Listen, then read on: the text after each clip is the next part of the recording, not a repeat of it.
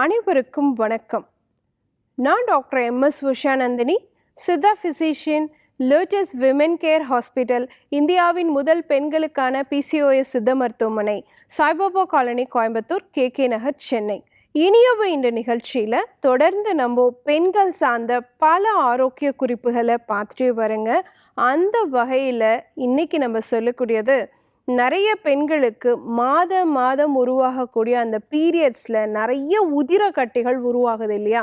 அதை அவங்களால ஃபேஸ் பண்ணவே முடியல டாக்டர், நிறைய வெளியே போகுது, கட்டியாக போகுது ரத்தம் அப்படின்னு சொல்லுவாங்க.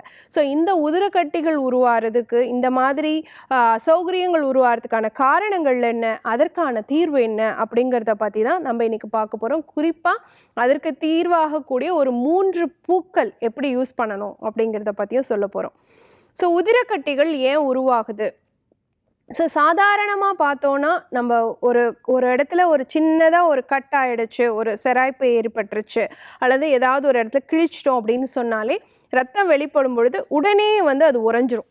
அதே மாதிரி நம்ம கருப்பைக்குள்ளேருந்து ரத்தம் வெளிப்படும் பொழுது தண்ணியாக வெளிப்படாமல் உடனே அது உறையிறதுக்கான வாய்ப்பு இருக்குது. அது சின்ன சின்ன கட்டிகளாக வெளிப்படும், இது நார்மல். ஆனால் பெரிய பெரிய லம்ஸா, ஒரு எலுமிச்சைப்பழ அளவு பெரிய பெரிய கட்டிகளாக உருவாகிறதுங்கிறது தான் நமக்கு பயத்தை ஏற்படுத்தக்கூடியதாக இருக்குது. ஸோ சில நோய் நிலைகளில் அந்த கட்டிகளை முழுமையாக உடைச்சி வெளிப்படுத்த முடியாத நிலை உருவாகும். அது எந்த மாதிரியான நிலையில் இந்த மாதிரி இரத்த கட்டிகள், உதிர கட்டிகள் வெளிப்படும் அப்படின்னு பார்த்தோன்னா, ஃபர்ஸ்ட் பார்த்தோன்னா, ரொம்ப நாளாக ஹார்மோன் பிரச்சனையினால் கஷ்டப்படுறோம், பிசிஓடி பிசிஓஎஸ் மாதிரியான பிரச்சனை இருக்குது அப்படின்னு சொன்னாலும் மாதம் அதிகமான உதிரக்கட்டிகள் வெளியேறதுக்கு வாய்ப்பு இருக்குது. யாருக்கெல்லாம் இந்த ஓவியலேஷனே நடக்காமல் பீரியட்ஸ் வருதோ, கருமுட்டை வெளிப்படுதல் அப்படிங்கிற நிகழ்வு இல்லாமல் ஓவிலேட்டரி சைக்கிளாக ரத்தம் வெளிப்படுதோ, அவர்களுக்கு இந்த பெரிய உதிரக்கட்டிகள் உருவாகிறதுக்கு வாய்ப்பு இருக்குது, வெளிப்படுறதுக்கு வாய்ப்பு இருக்குது. அடுத்து தைராய்டு மாதிரியான ஹார்மோன் பிரச்சனையை ரொம்ப நாளாக நம்ம சீர்படுத்திக்கல, அந்த மாத்திரைகளை நம்ம கரெக்டான மாதிரி எடுத்துக்கல அப்படிங்கும் பொழுது பல்கி யூட்ரஸ், கருப்பையினுடைய வீக்கம் ஏற்பட்டு அதை தொடர்ந்து நிறைய இந்த உதிரக்கட்டிகள் வெளிப்படுறதுக்கு வாய்ப்பு இருக்குது. அதே மாதிரி கருப்பையில் உருவாகக்கூடிய அந்த உள் சுவர் தடிமனுடைய பிரச்சனை காரணமாக எண்டோமெட்ரியோசிஸ் அப்படின்னு நம்ம சொல்கிறோம். அது கருப்பைக்குள்ளே அங்கங்கே உருவாகி இருக்கும் பொழுது மாதம் ரத்தம் வெளிப்படும் பொழுது அது வலியுடன் கூடிய இரத்த கட்டிகளாக வெளிப்படுறதுக்கு வாய்ப்பு இருக்குது. அதே மாதிரி தன்னால் ஏற்படக்கூடிய கருச்சிதைவு, அதனாலேயும் ரிப்பீட்டட் அபார்ஷன்ஸ் உருவாகிற மாதிரி இருந்தாலும் அதை தொடர்ந்து இந்த மாதிரி கட்டிகள் அதிகமாக வெளிப்படுறதுக்கு வாய்ப்பு இருக்குது. இப்போ ஏதாவது ஒரு கருத்தடை சாதனங்கள் நம்ம உள்ளே பொருத்தி இருக்கோம், ஐயூசிடி டிவைஸ் ஏதாவது பொருத்தி இருக்கோம் அப்படின்னு சொன்னாலும் அதை தொடர்ந்து இந்த மாதிரி பெரிய பெரிய கட்டிகள் வெளிப்படுறதுக்கு வாய்ப்பு இருக்குது. இதே மாதிரி ஃபைப்ராய்டு கட்டிகள் நம்மளுடைய ஸ்கேன் பரிசோதனையில் பார்த்தும்போது இருக்குது, கருப்பைக்குள்ளே இருக்குது அப்படிங்கும் பொழுது அது மல்டிபிள் ஃபைப்ராய்ட்ஸ் தான் இருக்குங்கும் பொழுது அது ரத்தம் வெளிப்படும் பொழுது அதை தடுத்துரும் அந்த ஃபைப்ராய்டு. அப்போ அது உள்ளே அப்படியே கட்டியாக இருக்கும், நம்ம எந்திரிச்சாலோ இல்லை வேகமாக நடந்தாலோ அது அப்படியே பெரிய கட்டியாக கீழே விழும். ஸோ இந்த மாதிரியான விஷயங்களுமே பார்த்தோன்னா உதிரக்கட்டிகள் அதிகமாக வெளிப்படுறதுக்கான வாய்ப்புகள் இருக்குது. ரொம்ப நாள் நம்ம ஹார்மோன் ட்ரீட்மெண்ட்டில் இருக்கோம், ஹார்மோன் மாத்திரைகளில் இருக்கோம், அடிக்கடி அந்த மாதிரி தான் நம்ம எடுக்க வேண்டிய சூழ்நிலைக்கு தள்ளப்படுறவங்க பொழுதும் இந்த மாதிரி பெரிய பெரிய உதிரக்கட்டிகள் வெளிப்படுறதுக்கான வாய்ப்பு இருக்குது.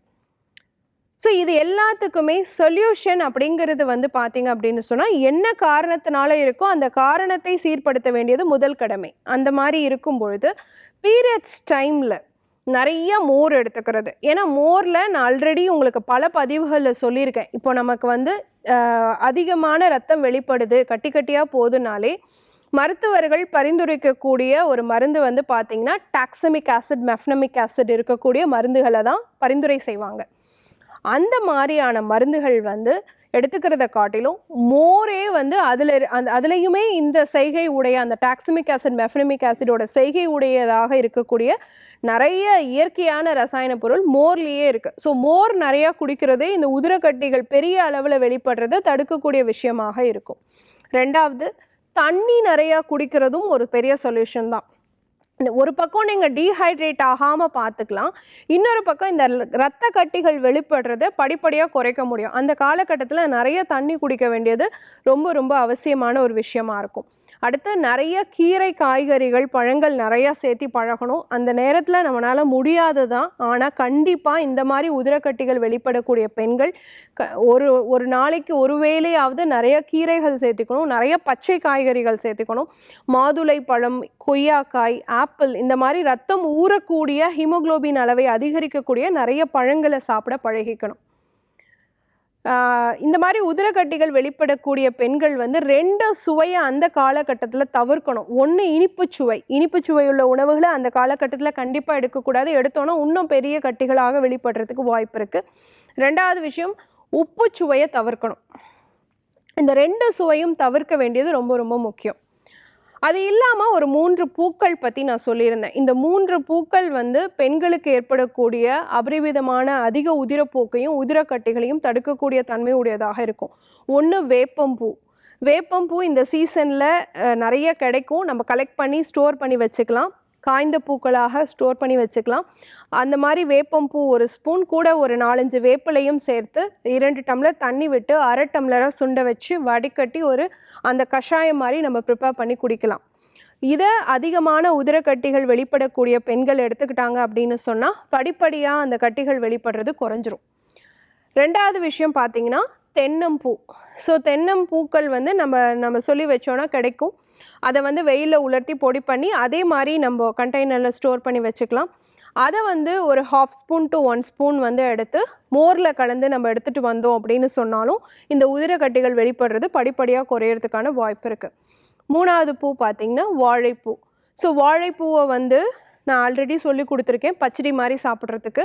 கொஞ்சமாக 2 கைப்பிடி அளவு எடுத்து தண்ணியில் போட்டு நல்லா வேக வச்சுட்டு வெந்த பூவோட தயிர் சேர்த்தோ மோர் சேர்த்தோ மிக்சியில் நல்லா அரைச்சிட்டு அது கூட வந்து சால்ட் அண்ட் பெப்பர் போட்டு நீங்கள் எடுத்துக்கலாம்.